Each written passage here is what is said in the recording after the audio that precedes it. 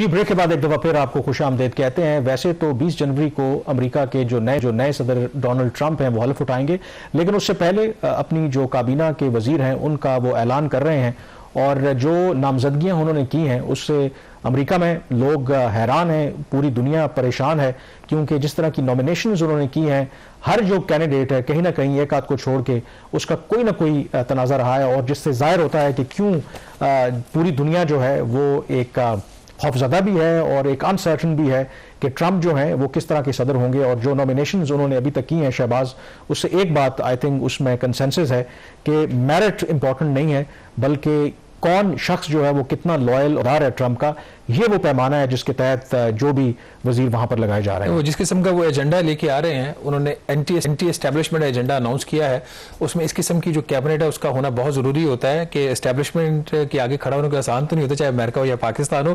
But मेरे लिए जिसके ऊपर मैं आपके व्यू चाहूंगा, जो सबसे इंपॉर्टेंट है कि इसके अंदर अपॉइंटमेंट है वो सेक्रेटरी ऑफ स्टेट की है, मार्को रूबियो की। अब इनके बारे में कहा जाता है कि ये एंटी चाइना और प्रो इंडिया है। तो अगर आप एक इसको देखें अपॉइंटमेंट को, उनकी जो अभी हुई है नॉमिनेशन, इस नॉमिनेशन को देखते हुए पाकिस्तान अमेरिका ताल्लुकात को आप कहाँ देख रहे हैं? देखें, आपने वैसे तो इतने ज़्यादा नाम थे, पाकिस्तान की बात होती है तो डेफिनेटली आप दी अदर साइड देखते हैं। ये मार्को रूबियो जो है, अभी तक जितनी नामजदगियां हुई हैं, कहा जाता है कि ये सिर्फ और सिर्फ अगर कोई मेरिट पे हुई है, क्योंकि ये बड़े सीनियर रिपब्लिकन हैं, उसके साथ साथ ये यूएस फॉरेन रिलेशंस कमेटी के मेंबर हैं, उनकी इंटेलिजेंस कमेटी के मेंबर हैं, और फॉरेन पॉलिसी के ऊपर उनको बड़ा अबूर हासिल है। तो इसके हवाले से कहते हैं कि अगर कोई मेरिट पे कोई अपॉइंटमेंट की है इन्होंने, तो ये मार्को रूबियो हैं जिनको नामजद किया है। चाइना के हवाले से of course he is a hawk, बड़ी उनकी क्लियर पॉलिसी है, वो समझते हैं कि चाइना जो है अमेरिका के लिए एग्जिस्टेंशियल थ्रेट है। इसके अलावा जितनी जो पोजीशंस हैं, अब आप आ जाते हैं मसलन जो आपने बात की कि वो हैं तो एंटी एस्टैब्लिशमेंट। आप तसव्वुर करें कि उन्होंने जो अपना सेक्रेटरी ऑफ स्टेट लगाया है, ये नामजद किया है पीट हेग्सेथ, ये एक रिटायर्ड मेजर है अमेरिकी आर्मी के, secretary of defence, ji secretary of defence जो वज़ीर दिफा हैं, ये रिटायर्ड मेजर हैं और फॉक्स न्यूज़ के ऊपर ये वहाँ पर प्रोग्राम भी करते थे।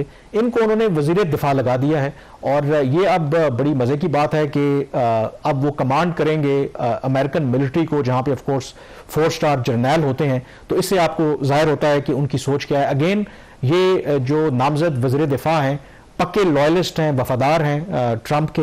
और उसके साथ फिर एक और जो इम्पोर्टेंट अपॉइंटमेंट है वो जो उन्होंने की है, जिसके बारे में बहुत ज़्यादा जिक्र हो रहा है, वो जो अटॉर्नी जनरल हैं मैट गेट्स, ये रिपब्लिकन हैं, इनको जो नामजद किया है। अब इनके खिलाफ खुद इन्वेस्टिगेशंस चल रही हैं, सेक्सुअल हैरेसमेंट की, ड्रग्स के इस्तेमाल की, और कई और इन्वेस्टिगेशन चल रही हैं।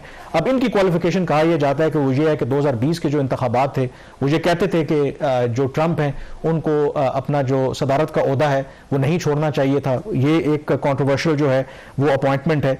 फिर एक और जो अपॉइंटमेंट उन्होंने की है, जो डायरेक्टर अपॉइंट किया है यूएस की जो नेशनल इंटेलिजेंस है, जो 18 इंटेलिजेंस एजेंसीज हैं उनको कंट्रोल करती है, उसके लिए उन्होंने तुलसी गैबर्ड को अपॉइंट किया है। अगेन ये बिल्कुल एक आउटसाइडर हैं, ये डेमोक्रेट थी पहले, उन्होंने प्रेसिडेंट के लिए भी लड़ने की कोशिश की थी, उसमें नाकाम हुई, फिर उन्होंने इंडोर्स कर लिया रिपब्लिकन के जो डोनाल्ड ट्रंप हैं।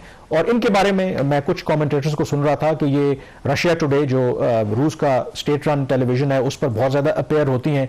इनके बारे में ये कहते हैं ये तो वहाँ पे प्रेसिडेंट पुतिन की एलाय हैं, ये तो एक नेशनल सिक्योरिटी थ्रेट हैं इनको जिन्होंने लगा दिया है। और इनके वैसे ख्यालात जो हैं पाकिस्तान के बारे में भी कोई अच्छे नहीं हैं। 2019 में हमारे लिए जब बालाकोट वाला इंसिडेंट हुआ था तो उस पर उन्होंने ये कहा था कि पाकिस्तान को ये सोचना चाहिए, पाकिस्तान की क़यादत को, कि जो मुबैना तौर पर हम दहशतगर्दी को सपोर्ट करते हैं उसके लिए खड़ा होना चाहिए। तो उन्होंने इंडिया को सपोर्ट किया था। और एक और जो सबसे इंपॉर्टेंट अपॉइंटमेंट उन्होंने की है, जिसका अगेन वो चर्चा है, उन्होंने रॉबर्ट एफ जूनियर जो जॉन एफ कैनेडी के भतीजे हैं, जो पहले लॉन्ग टर्म डेमोक्रेट थे, इस इलेक्शन में इंडिपेंडेंट एज प्रेसिडेंट के इलेक्शन लड़ रहे थे, लेकिन आखिरी लम्हात में उन्होंने सपोर्ट किया ट्रंप को। उनको उन्होंने लगा दिया है सेक्रेटरी ऑफ हेल्थ, यानी कि वजीर सेहत लगा दिया है। अब इनकी क्या खास बात है, जिस तरह पाकिस्तान में भी आपको पता होता है, ये वैक्सीन के बारे में बिलीव नहीं करते, कहते हैं ये वैक्सीन जो है ये हार्मफुल है। फिर उसके अलावा कॉन्स्पिरेसी थ्योरीज पे ये बहुत ज़्यादा बिलीव करते हैं। तो वहाँ पर लोग आप कह रहे हैं कि ये आप वजीर सेहत हैं और ये क्या करेंगे। और जिसमें इंपॉर्टेंट एक बात, बिफोर यू कंक्लूड, मेरे लिए जो चीज़ इसमें इंटरेस्टिंग है ना जो सेक्रेटरी डिफेंस लगे हैं उनके वजीर खारजा, वो एंकर पर्सन भी है जी, एंकर पर्सन भी वजीर दिफा, वो एंकर पर्सन भी है और मेजर रिटायर्ड है, और आप एंकर पर्सन भी और डिफेंस का। लेकिन मैं रिटायर्ड नहीं हूँ ना, फौज में नहीं हूँ, लेकिन डिफेंस होता तो करते हैं अगर और वैसे आपस की बात है, अभी तक उनको ट्रेजरी जो सेक्रेटरी है उसका ऐलान नहीं हुआ, यानी कि वजीर खजाना का, तो हो सकता है इंपोर्ट करना पड़े। आप भी उम्मीदवार हो सकते हैं कि जिस तरह की अपॉइंटमेंट कर रहे हैं वो कर सकते हैं। बहरहाल इस वक्त पूरी दुनिया जो है खुद अमेरिका में हैरान और परेशान है, बट ये कोई गैर मुतवक्की बात भी नहीं है। कुछ लोगों का ख्याल है क्योंकि ट्रंप अपने आप को एंटी एस्टैब्लिशमेंट कहते हैं, तो ये डिलिबरेटली जो वहां पर एस्टैब्लिशमेंट है उनकी ट्रोलिंग कर रहे हैं, जिस तरह के लोगों को वो नामजद कर रहे हैं। बहरहाल रिव्यू से इतना ही। कामरान यूसुफ और शहबाज राना को इजाजत दीजिए। अल्लाह हाफिज।